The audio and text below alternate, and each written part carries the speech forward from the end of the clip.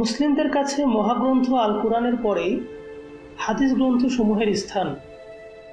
যে 6টি বিশুদ্ধ হাদিস গ্রন্থ আছে তার মধ্যে বুখারী শরীফ অন্যতম। এই কিতাব সংকলন করেন ইমাম বুখারী রহমতুল্লাহ আলাইহ। আজ আমরা এই বিশুদ্ধ হাদিস গ্রন্থের সংকলকের জীবনী নিয়ে কিছু আলোচনা করব।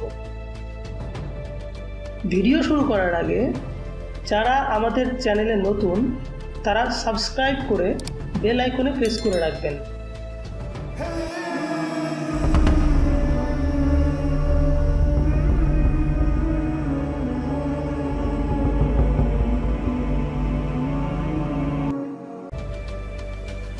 ইমাম বুখারী রহমতুল্লাহ আলাইহ আরব রীতি অনুযায়ী বংশধারাসহ তার পুরো নাম হল মুহাম্মদ বিন ইসমাইল বিন ইব্রাহিম বিন মুগিরা বিন বারদিজবাহ। আরবি ও ফার্সি ভাষায় তিনি একজন বিখ্যাত হাদিসবেত্তা ছিলেন। তিনি সহিহ বুখারী নামক একটি হাদিস সংকলন রচনা করেন, যা মুসলমানদের নিকট সর্বোত্তম হাদিস গ্রন্থ। তার নাম ছিল মুহাম্মদ, উপনাম হল আবু আবদুল্লাহ এবং তার উপাধি ছিল আমিরুল মুমিনিন ফিল হাদিস। বুখারায় তার জন্ম বলে তাকে বুখারী বলা হতো।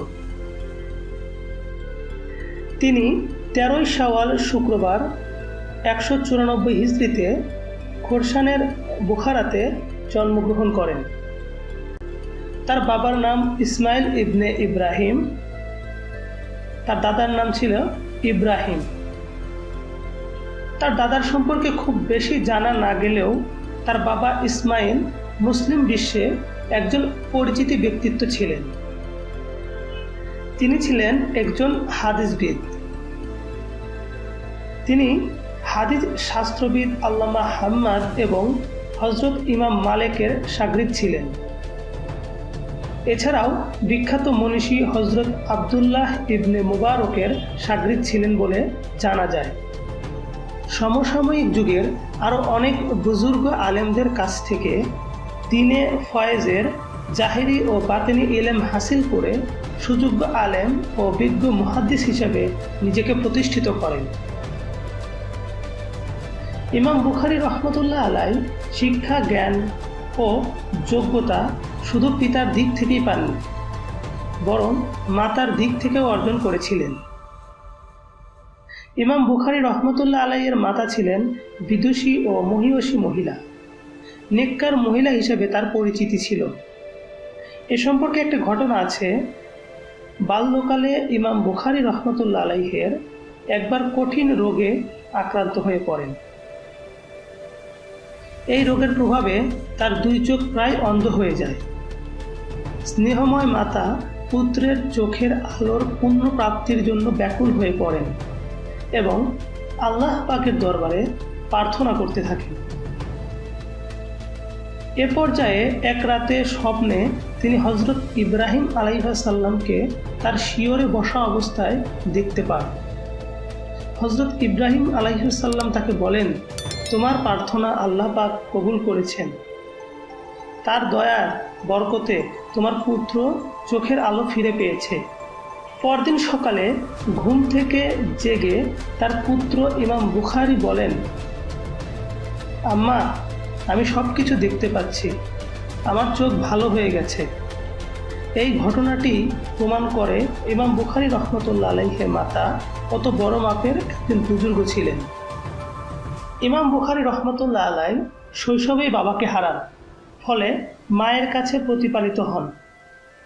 পিতা মারা যাওয়ার সময় প্রচুর ধন সম্পদ রেখে যান, ফলে ইমাম বুখারীকে কোনরূপ প্রতিকূল অবস্থার সম্মুখীন হতে হয়নি। মাতাই পুত্রের শিক্ষা দীক্ষার ভার গ্রহণ করেন। ইমাম বুখারী এর বাল্যকাল থেকেই শিক্ষা দীক্ষার প্রতি গভীর আগ্রহ ছিল। ইমাম বুখারী প্রথমে কুরআন পাঠ শুরু করেন। মাত্র 6 বছর বয়সে তিনি কুরআন মুখস্থ করেন। 10 বছর বয়স থেকেই তিনি হাদিস মুখস্থ করা শুরু করেন। 16 বছর বয়সে তিনি আবদুল্লাহ বিন মুবারক এবং ওয়াকির পাণ্ডুলিপিসমূহ মুখস্থ করে ফেলেন। মহান আল্লাহ পাক তাকে অনন্য সাধারণ স্মরণশক্তি দান করেছিলেন। 16 বছর বয়সে তিনি মা এবং বড় ভাইয়ের সাথে হজে গমন করেন। হজের পর তিনি মক্কাতে রয়ে গেলেন এবং হিজাজের হাদিস বিশারদদের কাছ থেকে হাদিস গ্রহণ করতে লাগলেন।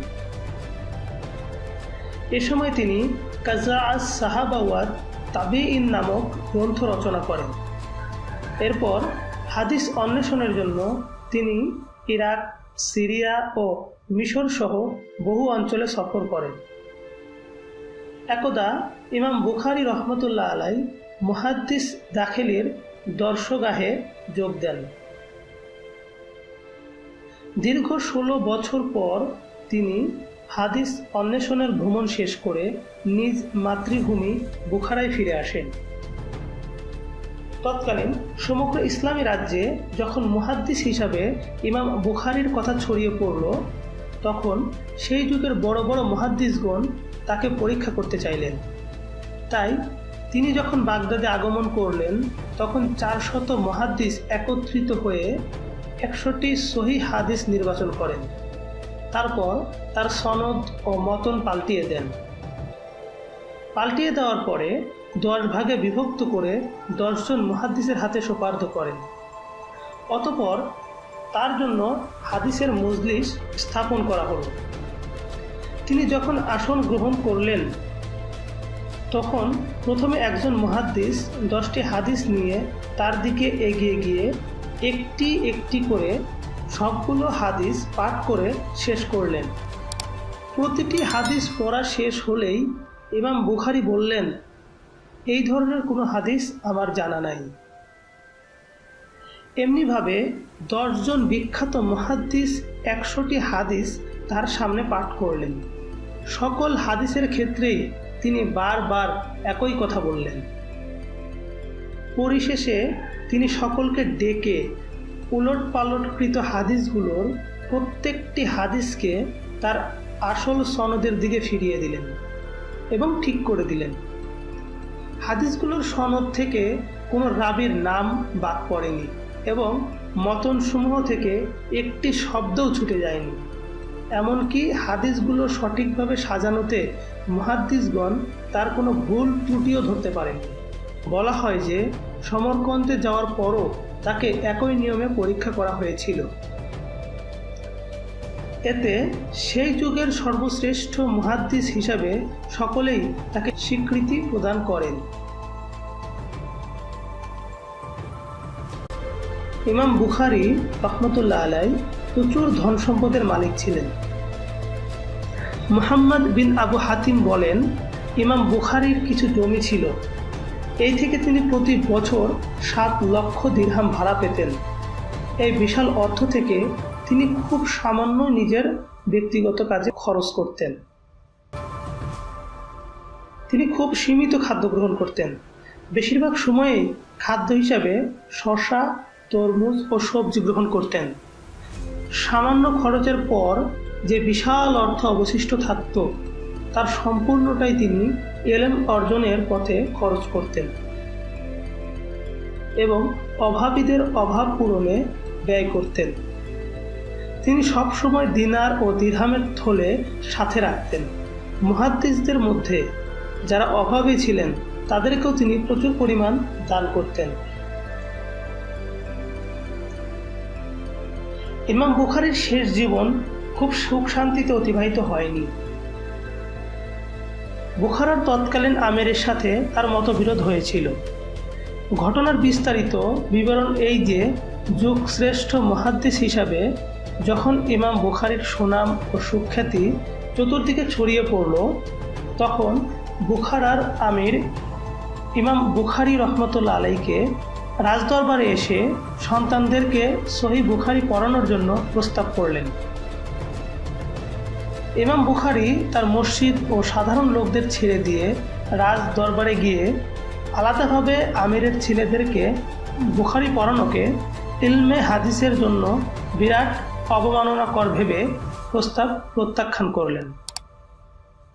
তিনি পরিষ্কার বললেন, আমির যদি সত্যিকার অর্থে এলমে হাদিসের প্রতি অনুরাগী হন, তাহলে তিনি যেন তার সন্তানদেরকে আমার পাঠ্যস্থান মসজিদে পাঠান। এতে আমির ইমাম বুখারী রহমতুল্লাহ আলাইহির প্রতি রাগান্বিত হয়ে তাকে দেশ ত্যাগে বাধ্য করলেন এবং বুখারীর বিরুদ্ধে কুচ্ছা রটানোর জন্য আমিরের নিজস্ব কিছু আলেম ঠিক করলেন। আমিরের আদেশ ও ষড়যন্ত্রের প্রেক্ষিতে তিনি জন্মভূমি বুখারা ত্যাগ করে নিশাপুরে চলে যান।